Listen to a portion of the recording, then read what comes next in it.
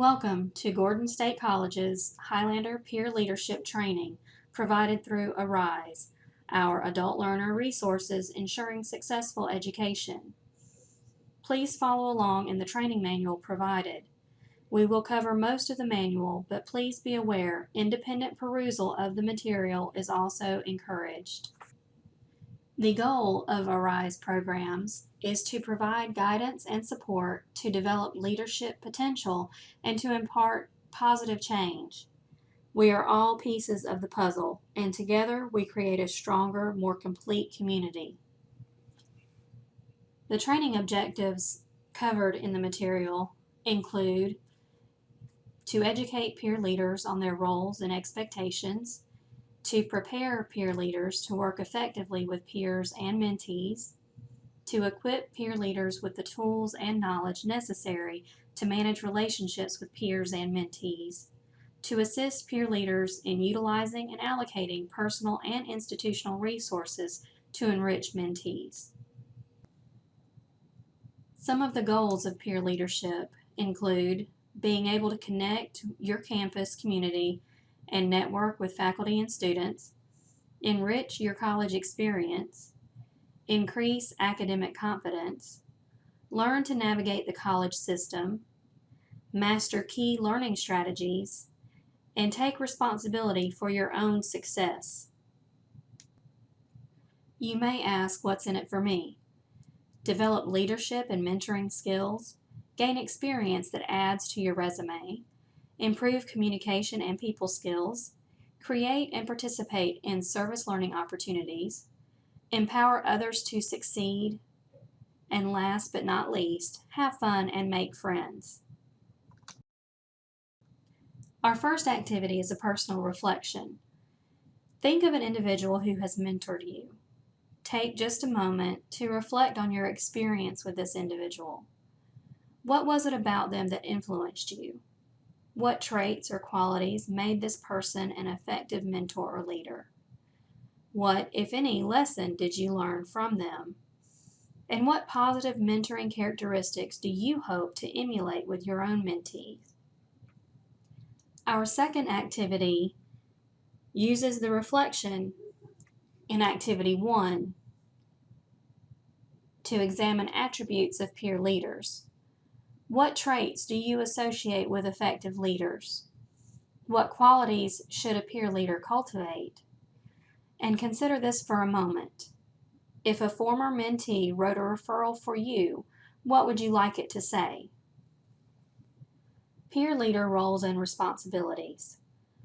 We request that you schedule at least 2 active contacts and 1 passive contact per month. An active contact qualifies as a face-to-face conversation or a phone conversation. Passive contacts can include texting, emails, or contact through social media. Provide support and leadership to your mentee with honesty and caring so meaningful dialogue and encouragement can occur. Encourage peers to take advantage of campus support services. Keep an accurate contact log with each contact with your mentee. You may be asked to submit these logs to your direct report monthly. Please attach all email correspondence to your logs.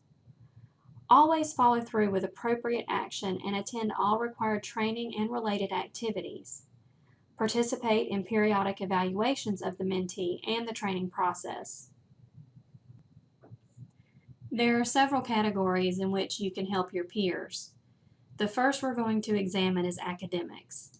Sharing studying tips and time management skills, how to locate classes or on-campus organizations. Encourage peers to meet with their professors early in the semester and continue communication throughout the semester. Encourage your mentee to keep you informed about their academic progress. Help mentee identify academic goals and objectives. Another way you can help your peers is socially. Help them get involved in clubs and organizations and participate in events on or off campus. If your mentee has family or friend difficulties, connect them to the proper resources. Be familiar with your career services department. Their work-study programs and on-campus employment opportunities are invaluable. Also, be familiar with how to research internships. Direct them to health and wellness resources on and off campus in their area, and refer them to Residence Life when applicable. Below you'll see 12 strategies of effective leaders and mentors. Consider how you would define each and apply it to your own situation. How is each one important in the mentor-mentee relationship? A few things that mentoring is not: parenting or babysitting, therapy or absolute confidentiality, a replacement for close personal friendships, a dating service or access to the local party scene or romantic relationship. It is not a borrower or lender relationship. Let's look at guidelines for peer leaders. Step 1, building the relationship. To do this, encourage open dialogue about expectations. Communicate your goals for the relationship and arrange to meet in a comfortable setting free from distractions and interruptions. Step 2, assessing needs. Encourage your mentee to state interest and perceived needs. Try to identify areas of need that the mentee may not be able to notice or articulate themselves. Remember that observations may sometimes sound like accusations when speaking about sensitive areas. Form a written list. What motivates the mentee? What deters their performance? Step 3, goal setting. Using the list from Step 2, develop a list of goals. Challenge the mentee to make the goals specific and measurable. Suggest resources. Share similar experiences in a supportive manner. However, be cautious as some personal disclosure can be seen as advice. Step 4, follow up. Encourage your mentee to reflect on their progress during each meeting. Highlight and restate positives and negatives. Suggest revision of goals when necessary. Consider some ways your mentee may be rewarded for their progress. Step 5, termination. Begin discussing termination a few weeks prior to your last meeting. Discuss what kinds of closure needs each of you have for the relationship.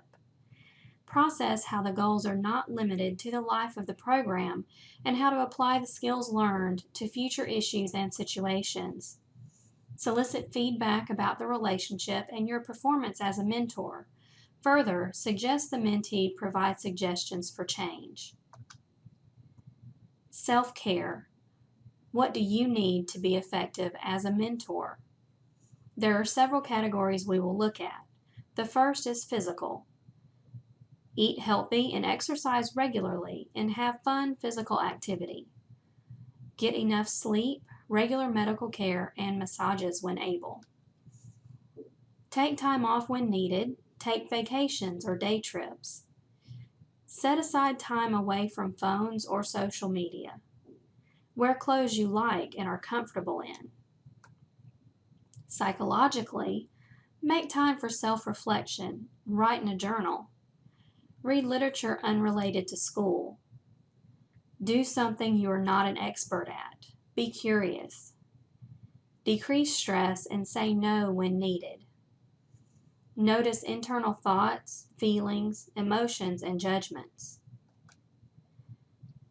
On an emotional level, spend time with people you enjoy and keep contact with important people in your life.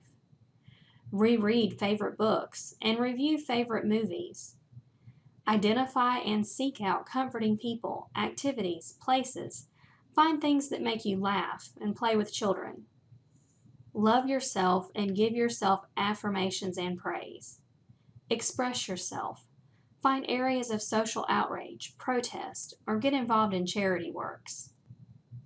On a spiritual level, Make time for reflection, meditation. Spend time with nature. Have awe-inspiring experiences. Find a spiritual connection or community. Cherish hope, optimism, and find causes you believe in. Be open to inspiration and open to not knowing. Read inspirational literature and listen to inspirational music. Professionally, make quiet time to complete assignments and create a comfortable work-study space. Develop an area of professional interest. Have a peer support group, making time to chat with peers, but set limits. Identify exciting and rewarding tasks and projects. Negotiate for your needs and balance your workload by taking breaks during the day. Reviewing active listening skills. Eliminate distractions and provide your undivided attention, paying attention to nonverbal communication. Try to interpret what your mentee may be trying to say while avoiding putting words in your mentee's mouth. Ask for clarification of anything you don't understand and ask open-ended questions. Avoid passing judgment or basing your responses on personal biases. Maintain consistent eye contact and acknowledge that you are listening by nodding or rephrasing and summarizing statements. What comes next? Phases of mentorship, ethics in peer mentoring, multicultural mentoring, examples of initial contacts, peer mentor schedule of contact, goal setting, and decision making are all categories covered in the manual that are not detailed here. Please review these independently. Helping students in distress. There is also a section in your manual regarding recognizing the signs of distress, general information on crisis intervention, referral checkpoints, how do you make a referral, and 7 signs a referral is needed. Please be very familiar with this. Our training objectives revisited. The education of peer leaders on their roles and expectations begins today, yet it is an evolving and ongoing process. Be open to continued learning experiences. What preparation will you make prior to engaging your mentee? The tools and knowledge reviewed here will provide the foundation for ongoing improvement in relationships between peers and mentees. Be prepared to utilize and share resources to further enrich the mentees and allow them to flourish well beyond the mentoring relationship. You are almost there. Please review the Highlander Peer Leader Toolkit and get started.